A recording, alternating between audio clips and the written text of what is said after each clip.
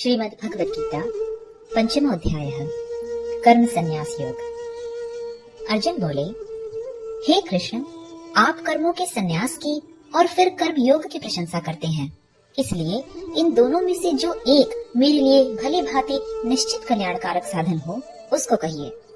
श्री भगवान बोले, कर्म संन्यास और कर्म योग ये दोनों ही परम कल्याण के करने वाले हैं, परंतु उन दोनों में भी कर्म संन्यास से कर्म योग साधन में सुगम होने से श्रेष्ठ है।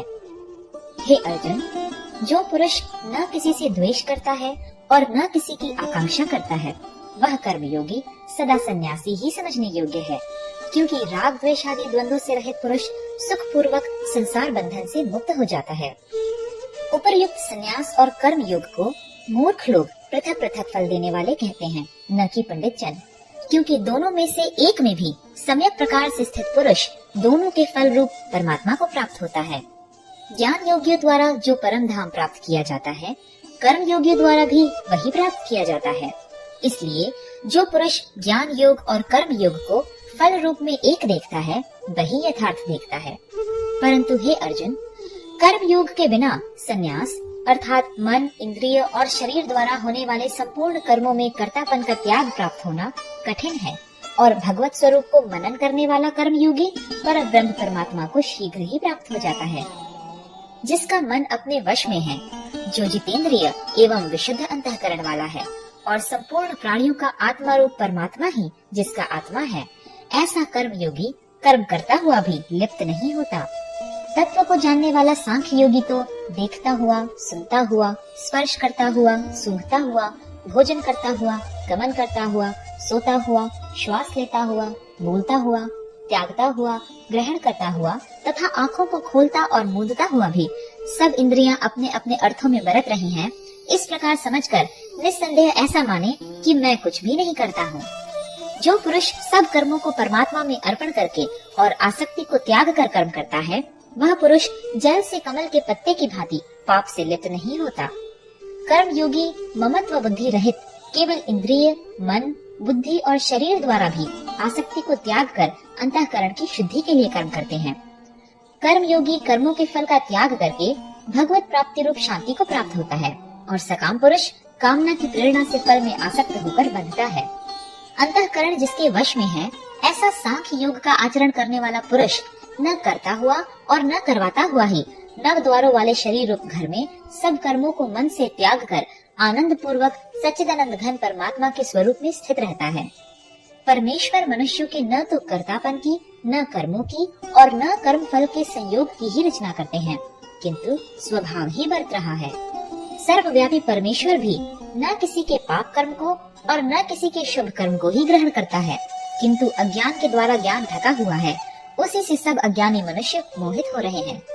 परंतु जिनका वह अज्ञान परमात्मा के तत्व ज्ञान द्वारा नष्ट कर दिया गया है, उनका वह ज्ञान सूर्य के सदृश उस सच्चिदानंद घन परमात्मा को प्रकाशित कर देता है।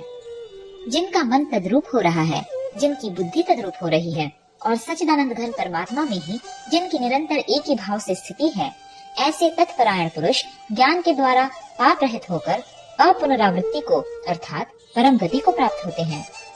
वे ज्ञानी जन विद्या और विनय युक्त ब्राह्मण में तथा गौ, हाथी, कुत्ते और चांडाल में भी समदर्शी ही होते हैं।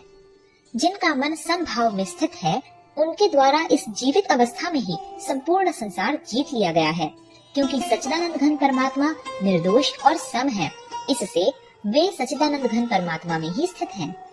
जो पुरुष प्रिय को प्राप्त होकर हर्षित नहीं हो और अप्रिय को प्राप्त होकर उद्विग्न न हो, वह स्थिर बुद्धि संशय रहित ब्रह्मवेत्ता पुरुष सच्चिदानंद घन परब्रह्म परमात्मा में एक ही भाव से नित्य स्थित है। बाहर के विषयों में आसक्ति रहित अंतःकरण वाला साधक आत्मा में स्थित जो ध्यान जनित सात्विक आनंद है, उसको प्राप्त होता है। तदनंतर वह सच्चिदानंद घन परब्रह्म परमात्मा के ध्यान रूप योग में अभिन्न भाव से स्थित पुरुष अक्षय आनंद का अनुभव करता है।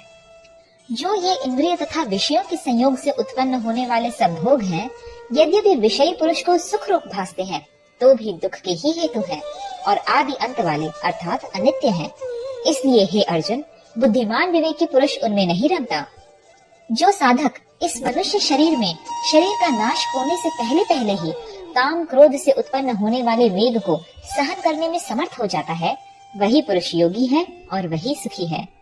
जो पुरुष अंतरात्मा में ही सुख वाला है, आत्मा में ही रमण करने वाला है तथा जो आत्मा में ही ज्ञान वाला है, वह सच्चिदानंद घन परब्रह्म परमात्मा के साथ एक ही भाव को प्राप्त सांख्य योगी शांत ब्रह्म को प्राप्त होता है। जिनके सब पाप नष्ट हो गए हैं, जिनके सब संशय ज्ञान के द्वारा निवृत्त हो गए हैं, जो संपूर्ण प्राणियों के हित में रत है और जिनका जीता हुआ मन निश्चल भाव से परमात्मा में स्थित है, वे ब्रह्मवेत्ता पुरुष शांत ब्रह्म को प्राप्त होते हैं। काम क्रोध से रहित जीते हुए चित्त वाले परब्रह्म परमात्मा का साक्षात्कार किए हुए ज्ञानी पुरुषों के लिए सब ओर से शांत परब्रह्म परमात्मा ही परिपूर्ण है। बाहर के विषय भोगों को न चिंतन करता हुआ बाहर ही निकालकर और नेत्रों की दृष्टि को भ्रुकुटी के बीच में स्थित करके तथा नासिका में विचरने वाले प्राण और अपान वायु को सम करके जिसकी इंद्रियां, मन और बुद्धि जीती हुई हैं, ऐसा जो मोक्ष परायण मुनि इच्छा, भय और क्रोध से रहित हो गया है, वह सदा ही मुक्त है। मेरा भक्त मुझको सब यज्ञ और तपों का भोगने वाला, संपूर्ण लोकों के ईश्वरों का भी ईश्वर तथा संपूर्ण भूत प्राणियों का सुहृद अर्थात स्वार्थ रहित दयालु और प्रेमी ऐसा तत्व से जानकर शांति को प्राप्त होता है। पंचम अध्याय समाप्त।